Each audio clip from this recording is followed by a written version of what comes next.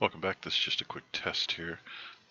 It's been a while since I've been in this and having a look. This is Godot 4. A little bit of a different 3D engine using Vulcan right now for some of the ships. And I'm just testing at what's possible using the PBR materials and then putting PBR-ish enabled decals on top of a ship to see if I can get a sort of, I guess, a look I'm going for. It's got one little thing right now I can't figure out. You can see on the front of the ship here, there's the sort of cockpit area or the glass. I just quickly stuck those on with decals. You see how they vanish, but if you look carefully, they're not vanishing. They are there we go. They're not really vanishing. They're just changing their, I don't know if it's their reflection level or something. Or yeah, maybe the albedo on them is vanishing, but the normal is staying because it's affecting the reflection in that area. Weird.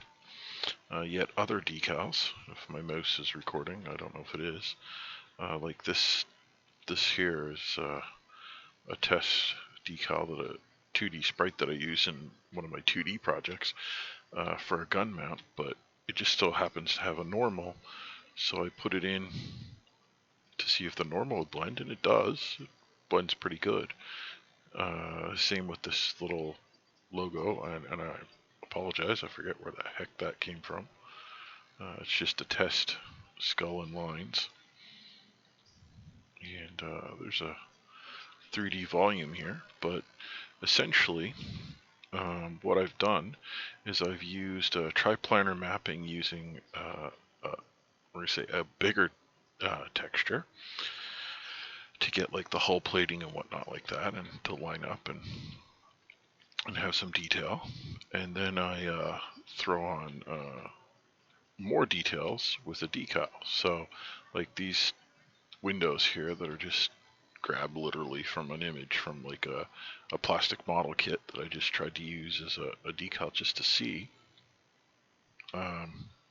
Yeah, so the rest of it is just triplanar mapping of a PBR material and then some decals thrown on. The other thing that, I don't know if you can tell, but the lighting, I'm moving around pretty quick here.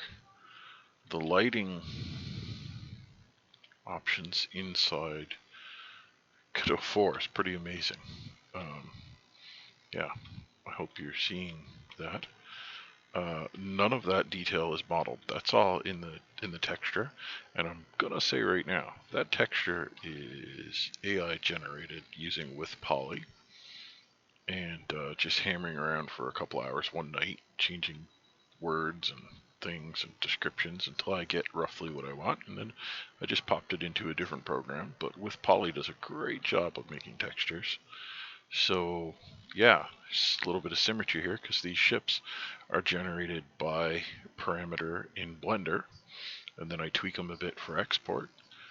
So for their texture, primary texture to be generated, that's pretty cool. And then I paint some decals, and actually one of the decals here, if I can just zoom out here a bit, get my mouse back, the racing stripes and the sort of painted white parts, that's actually one giant decal applied from the ship looking straight down. So you get like across the projection, because the decals are applied using like a projector. So yeah, anyhow, I'm sure this is totally boring, excuse me, for those that don't have an interest in ships or that, but it's a small update. I haven't had a chance to post much in a long time. Kind of working on that one little bug right here, but for the version of this that I was building in Godot 3.5 whatever, this is a big increase in the amount of detail and in my opinion, quality I can do in the ships. This ship was literally smashed together in about 20-30 minutes. So if I took the time to paint a better set of decals and spent some time painting a little bit better, I could come up with quite a bit better. But the actual test here as well is the surface material that was basically the core of it was made with using with poly, and then once that AI generated surface is made, I tweaked it and messed around with its normals that it's produced and its height maps and whatnot, and till I get like that metallic look that I was after. And as you can see, I've got several of them. I spent like 3 or 4 days, and I ended up with about I think about 200 PBRs. All of different sort of use. Anyhow, this has probably already run on a lot longer than I intended. It's my update. This is where I'm at for those that are following along with the gaming stuff that I'm building. The other project, the project using the ship, is just put on pause because I do need to change the code to make it work in the new engine. The new engine is using a different renderer, so I do have to make things Vulcan sort of convert the visual effects I was doing before to work in Vulcan, and the physics system and stuff is different, so there's going to be a little bit of porting, but that's probably what I'm going to do if I can't see some good results in the ships right now. If I can't get any of the other ships to end up with like a pretty decent result like this, then I'm going to just stay in 3.5 maybe. But oh yeah, that was the other thing.